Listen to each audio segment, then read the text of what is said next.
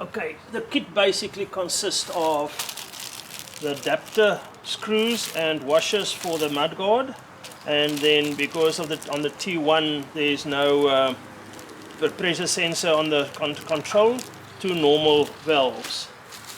And then the item that's probably the most intriguing is the new ABS sensor ring.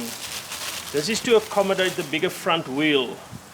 So there might be a little bit of experimentation to make sure that everything is functioning properly. On the mudguards, the new mudguards now consist of 3 parts, where you've got the central one and then the 2 color-coded covers for the stanchions. To be honest, I hate the looks of the 19-inch mudguard.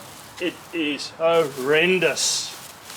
So on mine I will most probably make some adjustments, some cutting and a little bit of change here and there to make it a bit more slimmer. It's actually almost like to use the word grotesque in this area compared to the 17-inch. As you can see, the little covers now fits around here to close up the ABS, the stanchions. The front wheel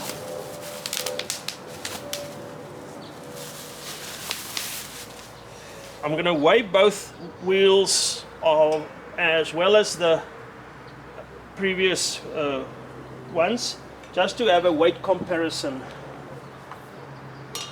Everything else on the normal T2 17-inch fit on these wheels and rims as well, obviously except for the tire. So that's the fun and games on that one, to get the ABS speed correct. The rear wheel, and you might ask, why is the rear wheel in a box and the front not? The front actually came from the factory with a tire, but because I'm going to fit ultra noblis on the bike, I asked them to remove the tire and only give me the 2 rims. I must say I'm quite impressed with the packaging. So on the rear, you might even use this as a doily for your head if you've got a big head. So who knows?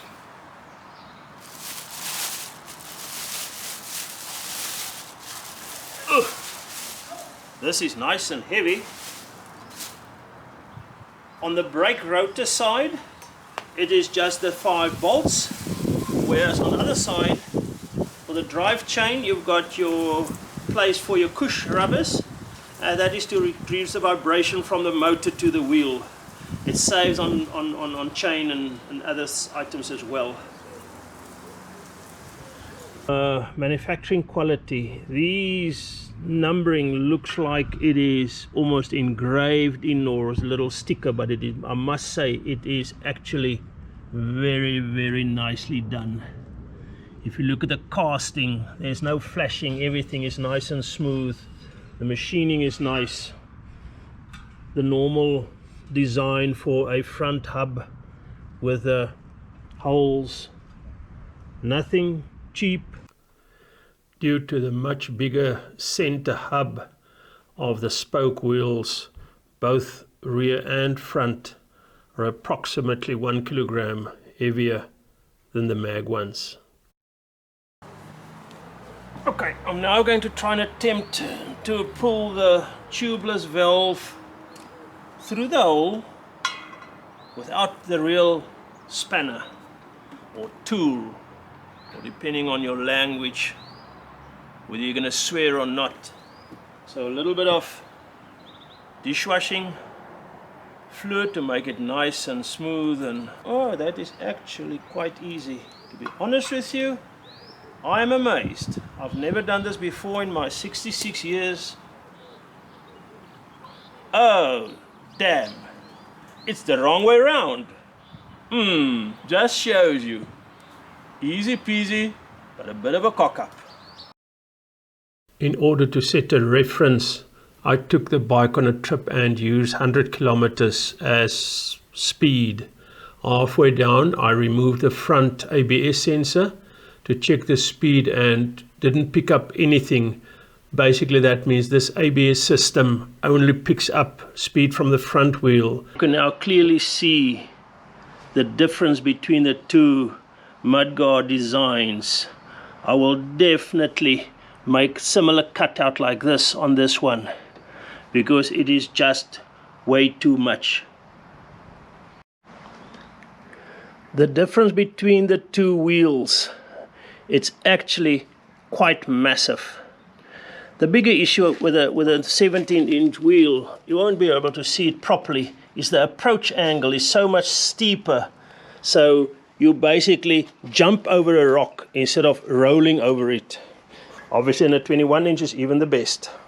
The big confusion with the kit was the supplied ABS ring. I were under the impression that it should go in the front wheel, and I did my calculations, but nothing really tied up. So by putting it on the front wheel, as you will see later, the speedometer were totally out. It was actually so much out that even the ABS freaked out.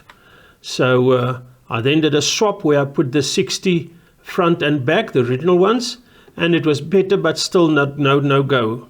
And then I realized, but hang on, the new one must go to the back, and the existing 60 tooth must go to the front. On the original setup with a 17-inch front and rear and the 60 tooth ABS ring, the front were actually biased to run 2 mm per pulse slower than the back. With all my tests, every time I went with the rings in the wrong direction or whatever the case may be, the ABS would just freak out. Totally. It's either just locking up or disabling itself or anything else. I'm currently running the 54 at the back, the new supplied one, and the original 60 up front. But unfortunately now with a 19-inch wheel and the original 16-inch, the speedometer is absolutely 100% accurate at 100 kilometers an hour. And this is a bit nerving, because once we get so used to, if you ride 100 in a 100 kilometer zone, you know you're slightly safe if there's a bit of an optimistic speedometer. Now it's not the case anymore, so I'll probably manufacture a ring.